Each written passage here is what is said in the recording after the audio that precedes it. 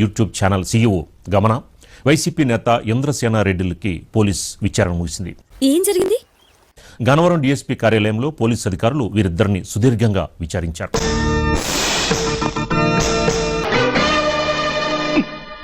ఏంట్రా సూపు ఎక్కడ 420 గడు జస్ట్ ఆస్కింగ్ అని ముద్రలేస్తే ట్విట్టర్లో పెట్టకోతలు కూసే ప్రకాష్ రాజ్ గారు కనబడుట లేదు. ప్రకాష్ రాజ్ నోట్లో డాష్. నికృష్టుడా, దరిద్రుడా, అమావాసోడు పుట్టినోడా, పాపోరా. కృష్ణరామన్ కి సపోర్ట్ చేసే ప్రతి ఒక్కరి నోట్లో డాష్. అధ్యక్ష అతను నా గురించి మాట్లాడుతున్నాడు. అయ్యయ్యో నేననట్లేదు, మీరే కదా అతన్ని సమర్థిస్తున్నారు. You have social conscience, you have civic sense. Come here, you fellow. ఒక కులం మతమే కాదు, తల్లిదండ్రులు పెట్టిన పేరును కూడా దాచేసి ఇన్ని రోజులు ప్రజల్ని మోసం చేసిన వాడు. ఆఫీస్ లో ఒక అమ్మాయిని ఏడిపించి జాబ్ పొడగొట్టుకున్నవాడు, ఆడపిల్లల తలపైన ఆరెంజ్ పెట్టి 30 minutes బ్యాటింగ్ అని థంబ్నెయిల్స్ రాసిన చెత్తనా కొడుకుని మీరు వెనకేసుకొస్తున్నారు.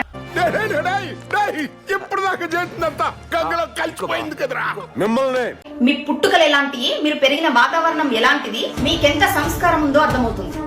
గుర్రానికి గడికి క్రాసింగ్ చేస్తే పుట్టేసినట్టున్నాడు.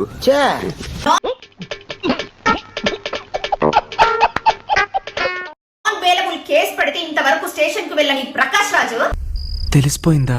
4-5 ఓటర్ ఐడి కార్డులను మెయింటైన్ చేస్తూ రాజ్యాంగానికి వ్యతిరేకంగా వెళ్లే ఈ ప్రకాష్ రాజు ఈ రోజు మాట్లాడుతున్నాడు.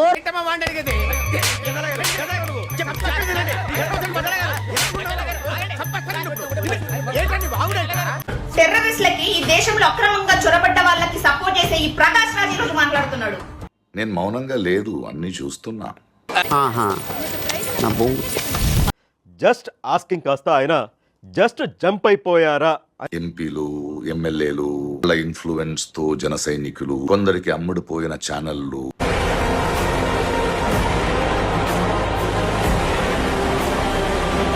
యూట్యూబర్స్, సోషల్ మీడియాలో మీ అబద్ధాలు, కట్టుతున్న కాల్పనిక కథలు, మీ బూతులు అన్ని వింటున్నా.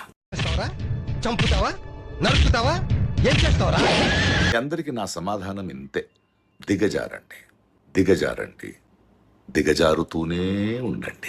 ఆ మాట నువ్వు చెప్పకూడదు. ఎందుకు చెప్తున్నావు? ఆ మాట నువ్వు చెప్పకూడదు. ఇది మీ దిగజారుడుతనానికి ఆరంభం మాత్రమే. మొత్తం ప్రపంచం మీ దిగజారుడుతనాన్ని చూస్తోంది. నిజమేందో అబద్ధమేందో తెలుసుకునే తెలివితేటలు వాడికాడుండేరా. అడుటి క్రాకు ఎవడు ఏం చెబితే అదే నిజమని నమ్ముతాడా? కరెక్ట్, ఇది కరెక్ట్ గా చెప్పావయ్యా. దిగజారడం సామర్థ్యం పైన మీకున్న నమ్మకాన్ని మాత్రం దిగజారనివ్వకండి. వ్యక్తిత్వాలు మార్చుకుంటారా అంటే అబ్బే మేము మారం ఇలాగే ఉంటామంటే ఎవడికి నష్టం? కాస్త గట్టిగా దిగజారండి, అరుస్తూ దిగజారండి, 4 వైపుల నుండి దిగజారండి. నిన్న ఆదర్శంగా తీసుకుంటే ఉద్యోగాలు చేసుకునే పిల్లలందరినీ మొగుళ్ళు వదిలేవచ్చు.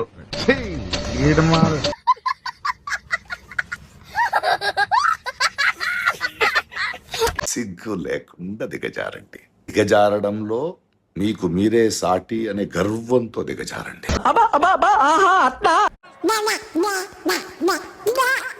మీరెంత అరిచినా, ఎన్ని కథలు చెప్పినా నాలాంటి ప్రశ్నించే గొంతుని ఆపలేరు.